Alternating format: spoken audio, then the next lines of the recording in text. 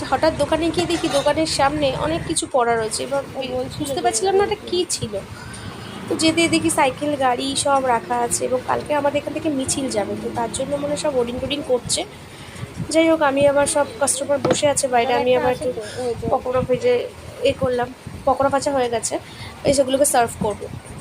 আমার কি মনে হলো আজকে না ওয়েদারটা তো ভালো ছিল, দুপুরবেলা এলাম চলো বৌদি আজকে খাওয়া যাক, আলু কাবলি খাওয়া যাক। তো পাশে একটা দোকান আছে, দাদাকে বলে দিই, দাদা এসে আমাদেরকে আলু কাবলি দিয়ে যায়। তো এসে আমাদেরকে আলু কাবলি দিয়ে গেছে।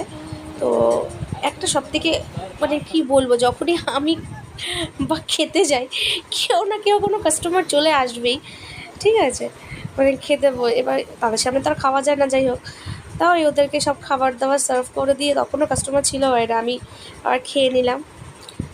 আর আজকে শরীরটা ভালো লাগছিল না, আজকে তাড়াতাড়ি বন্ধ করে দেবো, তারপর ভাবলাম যতবারই ভাবি বন্ধ করতে যাবো